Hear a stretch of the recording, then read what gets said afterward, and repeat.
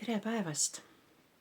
Siin on vaimse tervise nõuande nurgakene iseenda heaks ning täna räägime tunnetest. Ja väga paljudel inimestel on keeruline oma tundeid ära tunda või aru saada, mis nendega üldse toimub. Ja väga paljud asjad toimuvad ka lihtsalt seetõttu, et meie alateadvus juhib meie tegevust või meie mõtteid ja me ei saagi aru, miks asjad toimuvad nii, nagu nad toimuvad. Ja meetod, mida ma sulle tutvustan, on voolu kirjutamine. Ja selleks läheb sul vaja pliiatsit, märkmikku ja taimerit.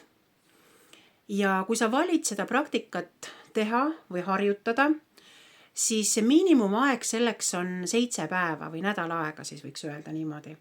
Aga loomulikult sellest võib saada, kui sa näed, et see on tore ja mänguline ja sulle sobib see tehnika, siis sa võid seda kasutada loomulikult iga päev ja keegi ei keela sul seda nagu teha, sest 3 minutit päevas kulub sul ainult sellele harjutusele.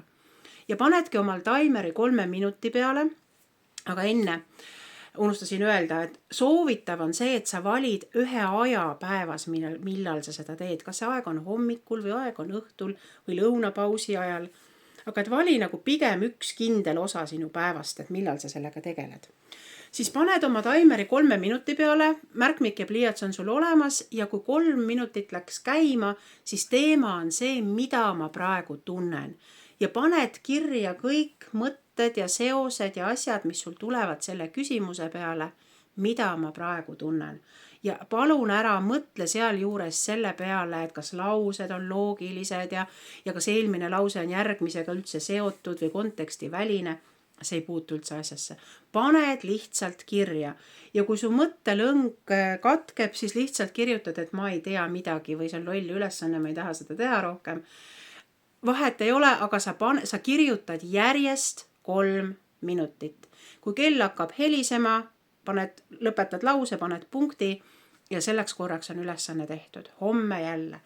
Ja kui nädal aega saab täis, siis kõigepealt võta pliiats ja jooni alla, loe nüüd läbi need nädala aja jutud, mida sa kirja panid, ja jooni alla need sõnad või hea, kui sa saad mingi värvilise markeriga või vildikaga teha, need sõnad, mis kordusid. Nii. Et kui see on alla joonitud või selle värvilise pliiatsi ära panna, siis esimene asi, mida sa enese reflektsiooniks saad teha, on see, et mis tundeid üldse tekitas selline ülesanne, et sa pead 3 minutit oma mõtteid ja tundeid kirja panema teemal, mida ma praegu tunnen või kuidas ma ennast praegu tunnen, eks ju. Nii. Ja ole enda vastu aus, et mis siis oli meeldiv, mis oli ebameeldiv, on ju.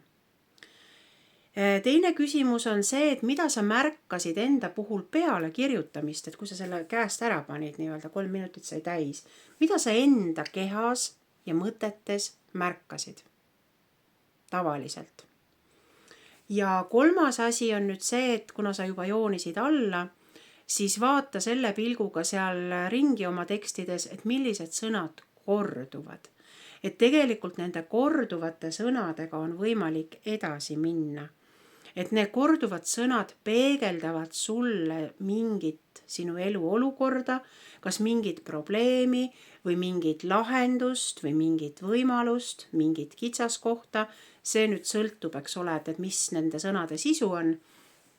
Et sõnad võivad mõnikord ka olla sellised abstraktsed, et selles mõttes, et meil oli see, et praegu kirjutad, eks ole, emotsioonidest, et see võib olla seotud mingisugune võib-olla sa kirjeldad mingit olukorda, eks ma ei oska midagi teha, aga kui sul on seal iga päev on mingi asi, et sa ei oska, siis ongi see mingisuguse mitteoskamisega seotud.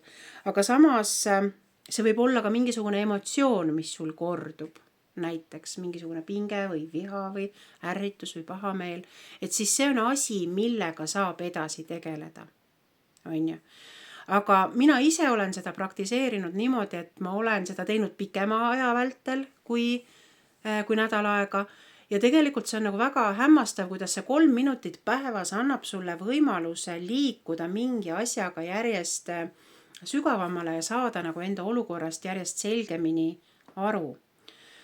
Kui sa vajad abi või juhendamist, siis informatsioon selle kohta on siin video all infokastis.